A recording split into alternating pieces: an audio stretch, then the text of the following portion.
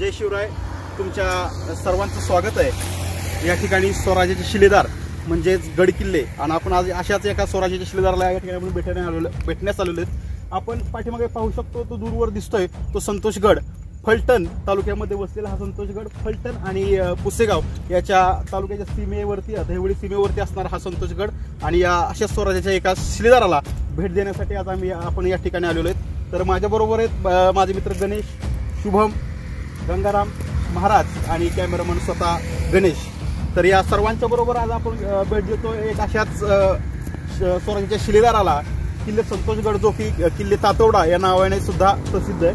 तर चला आपण पुढे जाऊयात किल्ले तातोड्याकडे.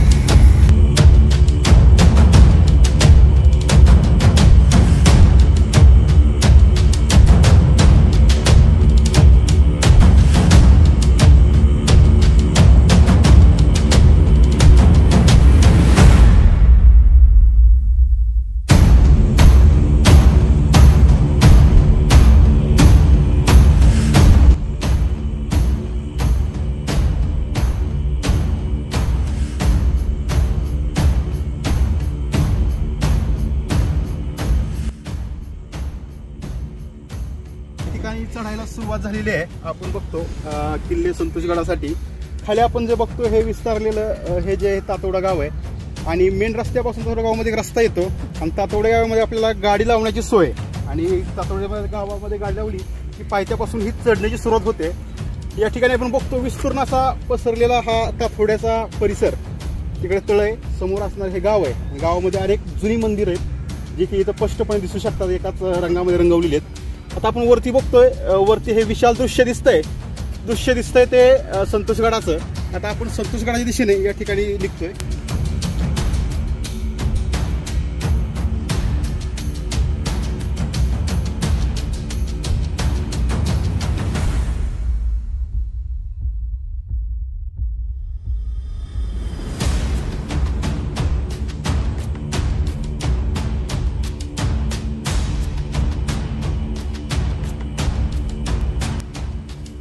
साधारणतः 20 मिनिटं चालल्यानंतर आपण या ठिकाणी मध्य चढाईपर्यंत आलेलो आहेत. आपण या ठिकाणी बघू शकता या झाडाखाली विश्रांती घेण्यासाठी शिवदुर्ग संवर्धन शिवसह्याद्री संवर्धन या संघटनेमार्फत या ठिकाणी बेंचची व्यवस्था करण्यात आलेली आहे. त्या ठिकाणी आपण बघू शकतो की दिसणारं हे विहंगम दृश्य एका तळ्याचं, तातोड्याचं तळ, त्याचबरोबर हे तातोडं गाव या ठिकाणी दृश्य दिसतंय. आपण अर्ध्यावरती या ठिकाणी आलेलो आहोत. आता अर्धी चढाई फक्त बाकी आहे. या ठिकाणाहून 2 रस्ते फुटतायत. एक रस्ता जातो तो संतोषगडासाठी, दुसरा रस्ता जातो तो या ठिकाणी असणाऱ्या मठासाठी. या ठिकाणी एक पुरातन मठ आहे, या मठाकडे एक रस्ता संतोषगडाकडे जातो. साधारणतः थोड्याच वेळामध्ये आपण या ठिकाणाहून सुरुवात करतोय पुन्हा एकदा संतोषगडाच्या चढाईसाठी.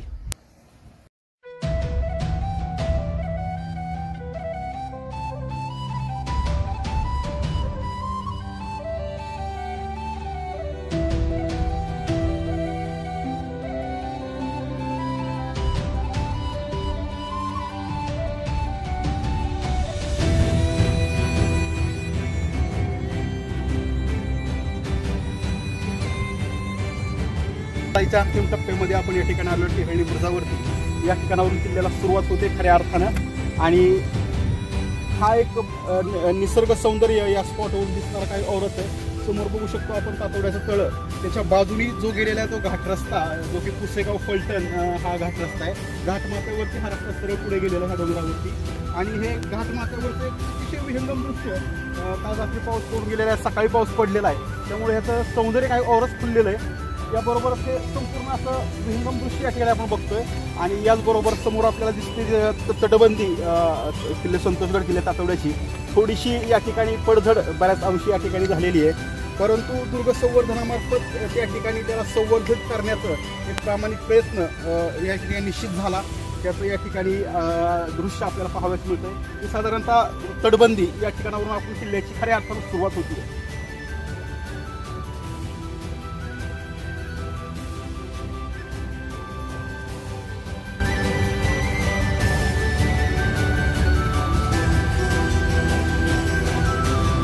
या ठिकाणी आता आपण आलेलो आहे ते किल्ल्याचं प्रथम प्रवेशद्वार आहे। आपण बघतोय की हे प्रवेशद्वार दोन्ही बुरुजांच्या पाठीमागे लपलेलं आहे, म्हणजे खऱ्या अर्थानं दोन्ही बुरुजाच्या पाठीमागे लपवलेलं हे स्थापत्यकलेचं उत्कृष्ट उदाहरण असलेलं हे प्रवेशद्वार।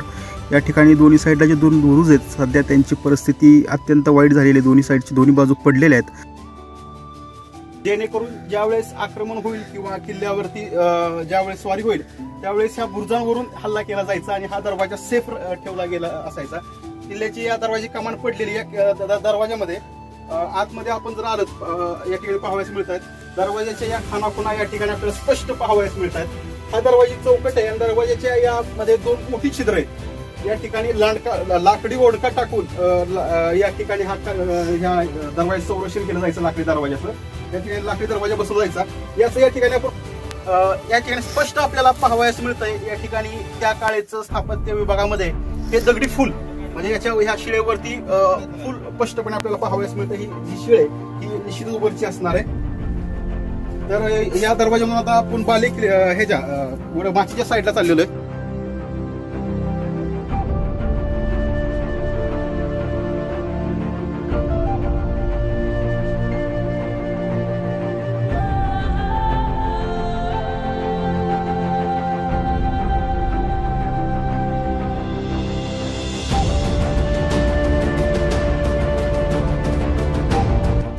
किल्ल्याच्या माचीकडे जात असताना उजव्या बाजूला ढासळलेला हा बुरुज दिसतोय। या बुरुजाच्या बाजूने जाणारा रस्ता, परंतु रस्त्यामध्ये सध्या कोणत्याही प्रकारच्या अशा घडीव किंवा बांधीव पायऱ्या नाही आहेत। ठराविक पायऱ्या खोदीव स्वरूपात या ठिकाणी पाहायला मिळतात आणि या खोदीव पायऱ्याबरोबरच आपण ज्यावेळेस वरती येतो त्यावेळेस आपल्याला हे लागतं हे दुसरं प्रवेशद्वार, जे की आपल्याला माचीवरती घेऊन जातं। पाठीमागच्या दरवाजामध्ये आपण बघितलं त्या प्रकारचं सेम स्ट्रक्चर, वरती दरवाजा अडकवण्याची खुणा, दुसरी बाजूला लाकडी ओंडका टाकण्यासाठी असणारे दोन मोठी मोठी छिद्र। या आपल्या दुसऱ्या दरवाज्यातून प्रवेश केल्यानंतर आपल्याला थेट आपण घेऊन जातो ही वाट ते आपल्याला माचीवरती। आता माचीवरती आल्यानंतर सगळ्यात आपल्याला प्रथमतः दृष्टिक्षेपास पडतात ते या ठिकाणी असणाऱ्या रहिवासी किंवा राहत असणाऱ्या व्यक्तींचे वाडे किंवा या त्या काळामध्ये ज्या इथं जोत्या असायच्या त्या काळामध्ये जे सरदारांची सैनिकांची जी घरं असायची। थोडंसं पुढं सरकल्यानंतर थोडंसं एक वेगळंच असं स्ट्रक्चर या ठिकाणी पाहायला मिळतंय। एक छोटासा दरवाजा जो की चोर दरवाजा म्हणू शकतो किंवा एक छोटीशी जागा ज्या आपण सुचोटीच्या जागेवरून आपण खाली बुरुजावरती पुन्हा एकदा जाऊ शकतो अशी जागा या ठिकाणी येते। हे बघू शकता आपण या ठिकाणी हा जो दरवाजा छोटा दरवाजा या दरवाजावरून माचीवर खाली बुरुजामध्ये तटबंदीपर्यंत जाण्याचा एक मार्ग असावा असं या ठिकाणी दिसतंय। दुसरी गोष्ट या वाड्याचे पूर्ण अंशी या ठिकाणी पडलेले, तटबंदी अजून पडलेली आहे बऱ्याच अंशी। हा किल्ला पडझडीच्या स्वरूपामध्ये या ठिकाणी आपण पाहू शकतो। हे समोरचं 50-60 जोपर्यंत दृष्टी जाईल 50-60 किलोमीटर विस्तीर्ण असं पठार मैदानी प्रदेश आपल्याला समोरचं हे विस्तीर्ण पठाण जोपर्यंत नजर जाईल 40-50 किलोमीटरवरती अंतरावरती संपूर्ण पसरलेलं हे मैदान पैठणचा प्रदेश सुपीक आणि संपन्न असा आता असणारा हा प्रदेश आहे। खऱ्या अर्थानं पाहावयास मिळतं या ठिकाणी किल्ला छत्रपती शिवाजी महाराजांनी का बांधला किंवा या किल्ल्याचं भौगोलिक महत्त्व या ठिकाणी आपल्याला नक्कीच या प्रदेश समोरचा पाहिल्यानंतर या समोरच्या प्रदेशावरती देखरेख ठेवण्यासाठी हा किल्ला असावा।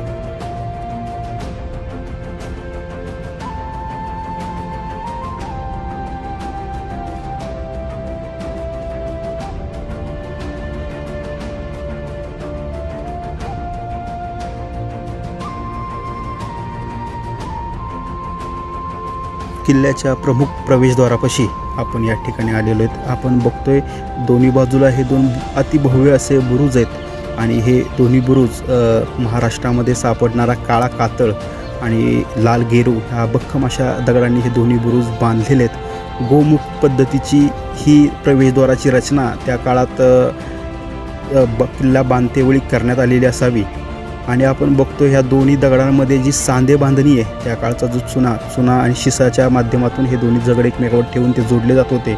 आता आपण बघतोय त्या काळातली सांधे बांधणी अद्याप ही शाबूत आहे, परंतु दगड मात्र झिजलेले आहेत। किती भक्कम आणि विशाल असं त्यावेळेचं स्ट्रक्चर असावं याचं उत्तम उदाहरण यावेळी दिसतोय।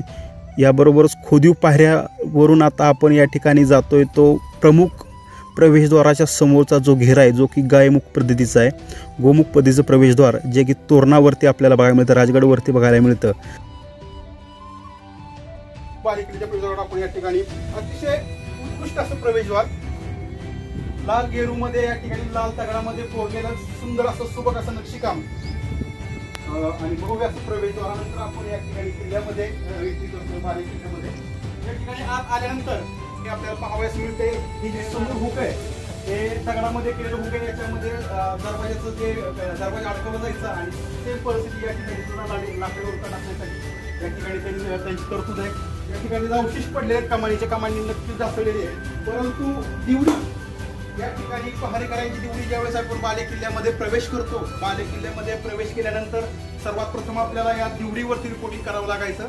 ती दिवडी अद्याप शाबूत आहे. दिवडीवरचे दगड अजून आपल्याला सुस्थितीमध्ये पाहावयास मिळतात. उत्कृष्ट नमुना या ठिकाणी दिवडीचा आहे. आत्म सुद्धा सुस्थितीमध्ये दिवडी आहे. आपलं सौभाग्य की अशा प्रकारचं धरोहर की मराठा असे तिचं आपल्याला या ठिकाणी पाहावयास मिळतंय.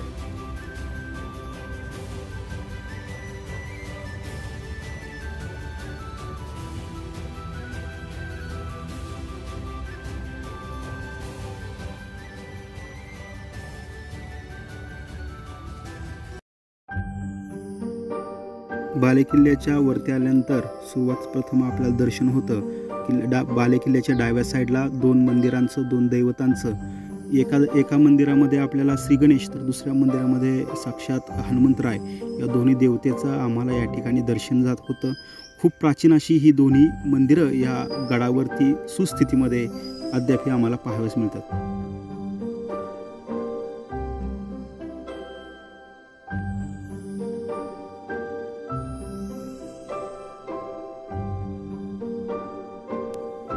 संतोषगडच्या उच्चस्थानी म्हणजे परमोच्च बिंदूवरती या ठिकाणी आपण आलो. हा बालेकिल्ल्याचा सर्वात उंच भाग आहे आणि हा बालेकिल्ल्याच्या उंच भागावरती असलेलं हे कोठार आहे. या ठिकाणी पाहू शकतो हे कोठार आहे. हे कोठार त्या काळी धान्य साठवणीसाठी या ठिकाणी त्याचा वापर केला जात होता. त्याचबरोबर याच्या आसपास असणारे किल्लेदारांचे वाडे, त्याचबरोबर इथे जे राहणारी जी वस्ती होती या कोठाऱ्यावरच्या छतामध्ये या ठिकाणी सध्या आपण आता उभे आहोत. या कोठाराचं छत पूर्णपणे गेलेलं आहे, परंतु भिंती आणि दिवळ्या अद्यापही शाबूत आहेत. तरी या दिवळीवरून या असणाऱ्या भिंतीवरून याची भव्यता, दिव्यता आणि याची असणारी संरक्षण क्षमता या ठिकाणी पाहावयास मिळते. मजबूत असं हे कोठार अद्याप शाबूत आहे. याच्या भिंती, याचं छत फक्त गेलेलं आहे पावसामुळे किंवा असणाऱ्या बदलामुळं, परंतु अद्याप ही संरक्षण भिंती याच्या कडक, त्याचबरोबर दिवळ्या या ठिकाणी, त्याचबरोबर याचे दरवाजे अजूनही शाबूत आहेत.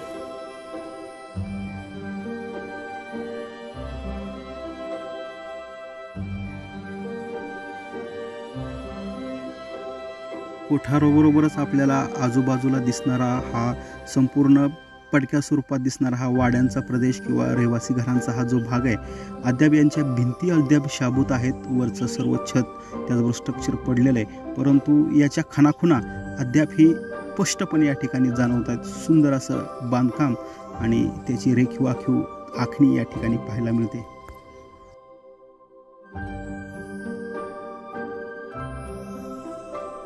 बालेकिल्ल्याच्या कोठाराच्या पाठीमागच्या बाजूला जर आपण आलो तर एक रहस्यमय जागा या ठिकाणी पाहावयास मिळते.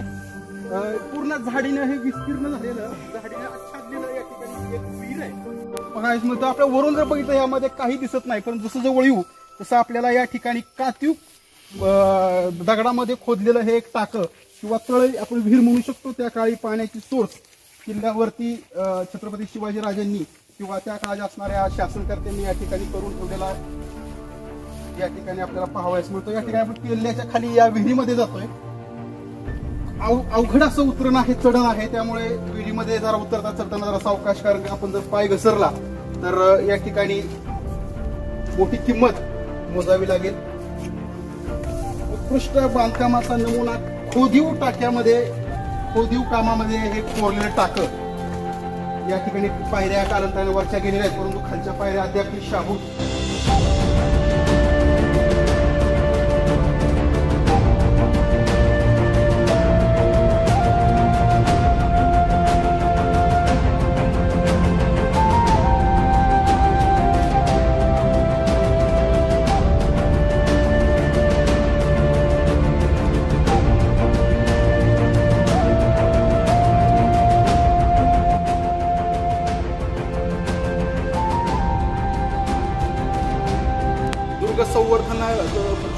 आपण स्थानिक आणि दुर्ग संवर्धन संस्था त्याचबरोबर असणारे तरुण यांच्या माध्यमातून या टाक्याचा गाळ मागच्या वेळेस काढण्यात आलेला होता. त्यामुळे सुस्थितीमध्ये टाका आहे. पाण्याची उपलब्धता भरपूर आहे आणि याच्यामधली असं संपूर्ण साफसफाई अद्यापही बाटल्या वगैरे पडलेल्या आहेत, परंतु काही हरकत नाही. ते निश्चित आपण आता पुढच्या व्हिडिओमध्ये काढणार आहोत. या ठिकाणी तातोबाश्वराचं मंदिर आणि खालून येणारं हे बुह्यारी मार्ग या ठिकाणी आपण पाहतोय.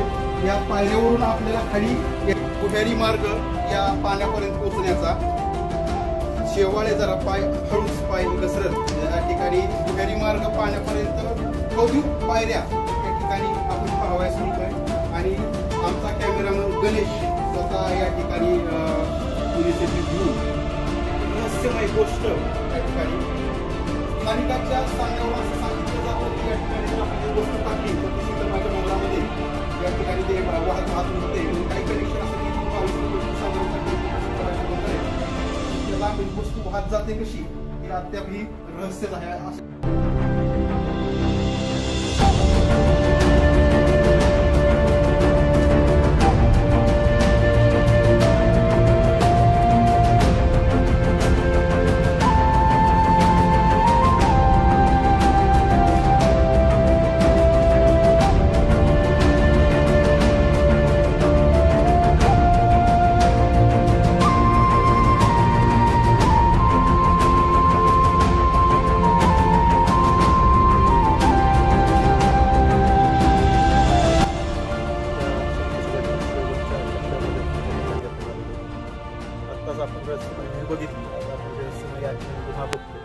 गुहेबरोबरच खाली एक दरवाजा आणि चिलखती बुरुज शेवटचा या किल्ल्याचा आपण बघणार आहोत. तर आता आपण जातोय त्या गुहेच्या दिशेने आणि चिलखती बुरुजाच्या दिशेने.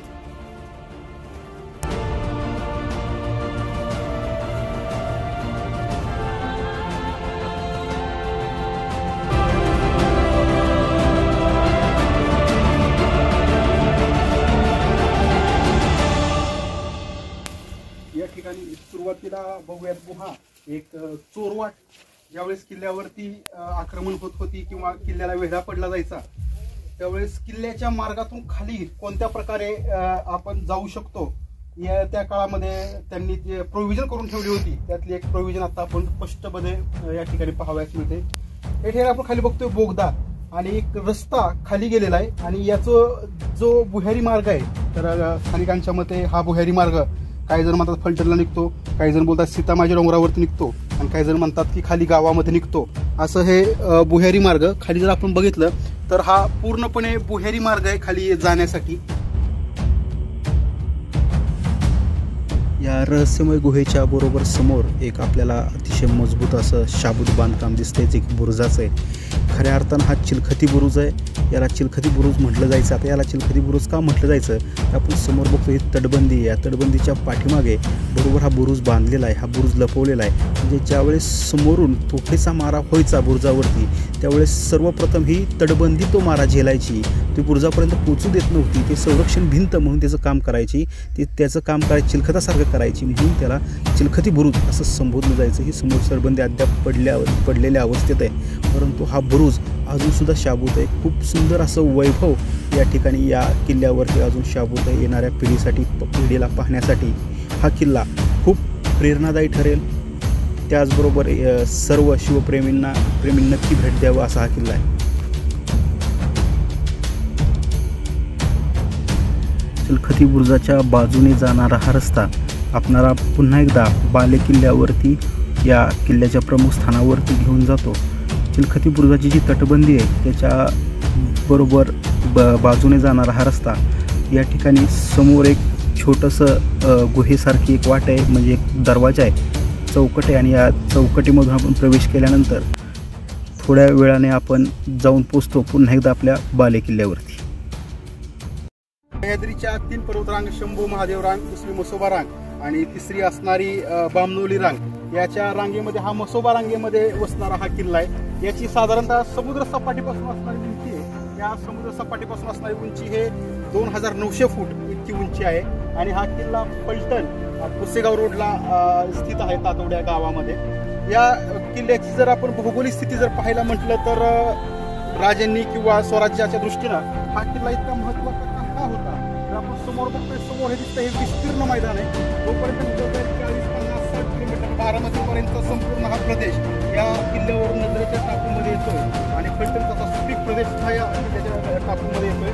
या किल्ल्याच्या जर आपण आग्नेय बाजूस बघितलं तर सगळ्यात टोकाचा दिसतोय तो दिसतोय वारूगड, त्याच्या अलीकडे मेहमानगड आणि त्याच्या पुढे जर आपण घेतलं वर्धनगड. अशी ह्या किल्ल्यांची साखळी या सह्याद्रीच्या उपरांगेमध्ये स्वराज्याने निर्माण केलेली होती.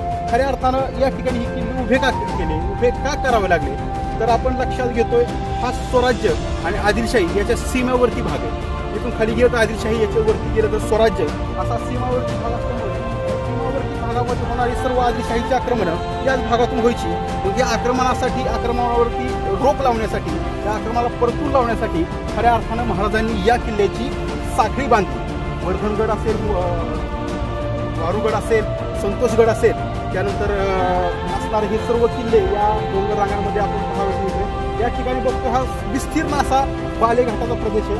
संपूर्णपणे या ठिकाणी तातोड्याचा घाट आणि वरती मान तालुका याचं हे विस्तीर्ण पर्जन्यमान या भागामध्ये थोडंसं कमी आहे. आता सध्या पाऊस पडल्यामुळे संपूर्ण आहे हिरवेगार सगळे डोंगर या ठिकाणी दिसत आहेत. या किल्ल्याची आता 1665-66च्या दरम्यान हा किल्ला स्वराज्यामधून ज्यावेळेस मिर्झा जयसिंगाबरोबर पुरंदरचा जो ऐतिहासिक तह, त्याला माइलस्टोन ऑफ मराठा हिस्ट्री म्हटलं जातं, त्या माइलस्टोन ऑफ मराठा हिस्ट्री अंतर्गत हा किल्ला मिर्झा जयसिंगाला देण्यात आला होता. त्यानंतर 1674 पुन्हा शिवाजीराजेंनी या किल्ल्यावर 1673 या किल्ल्यावरती 1673 पुन्हा एकदा आपलं आधिपत्य गाजवलं आणि हा किल्ला स्वराज्यामध्ये आणला. जवळच असणारं छत्रपती शिवाजी महाराजांचं सासर म्हणजे सईबाई निंबाळकर घराणं या ठिकाणी फलटण यांचं जवळच आहे. त्यानंतर काही दिवसानंतर हा फलटणच्या वारसांच्या निंबाळकर घराण्याकडे हा किल्ला गेला. त्यानंतर 1818 हा किल्ला ब्रिटिशांच्या हाती गेला आणि ब्रिटिशांच्या हाती गेल्यानंतर ब्रिटिश या किल्ल्यावरचे शेवटचे राजवट आपण म्हणावं लागेल. खऱ्या अर्थानं हा किल्ला अजूनही बऱ्याच अंशी सुस्थितीमध्ये आहे. दुर्गप्रेमी या ठिकाणी संगोपनाचं बरंच असं कार्य केलेलं आहे. याबरोबरच या ठिकाणी संतोषगड म्हणजेच किल्ले तातोडा याची ही साहसमय सफर या ठिकाणी संपते. आपण पुन्हा एकदा परतीच्या प्रवासानिमित्त महादरवाजामध्ये येऊन ठेपलेलो आहे बालेकिल्ल्याचा हा महादरवाजा. यानंतर आपला हा सफर या ठिकाणी संपुष्टात येईल. खऱ्या अर्थानं आम्ही स्वराज्याचे शिलेदार या आमची संपूर्ण टीमने आपणाला हा किल्ला दाखवण्याचा सर्वोत्तम प्रयत्न केलेला आहे. नक्कीच आपणाला हा व्हिडिओ आपला आता असणारा संतोषगड आपल्याला आवडला असेल. मी आशा करतो आपण सर्वांनी या ठिकाणी यावं, अशा ह्या किल्ल्याचा भेट द्यावी आणि आपल्या स्वराज्याचा हा जिता जागता इतिहास आपण आपल्या उघड्या डोळ्यांनी पाहावा आणि आपल्या मनामध्ये हे किल्ल्याचं सामर्थ्य आपल्या डोळ्यामध्ये भरून नक्की जावं असं मी सर्वांना विनंती करतो. याबरोबरच पुन्हा एकदा आपण भेटणार आहोत पुढच्या एका नवीन किल्ल्याबरोबर, पुढच्या एका नवीन शिलेदाराबरोबर, जो की स्वराज्याचा शिलेदार असेल. तर पाहायला विसरू नका स्वराज्य शिलेदार नवी हिस्टॉरिकल वेब सिरीज.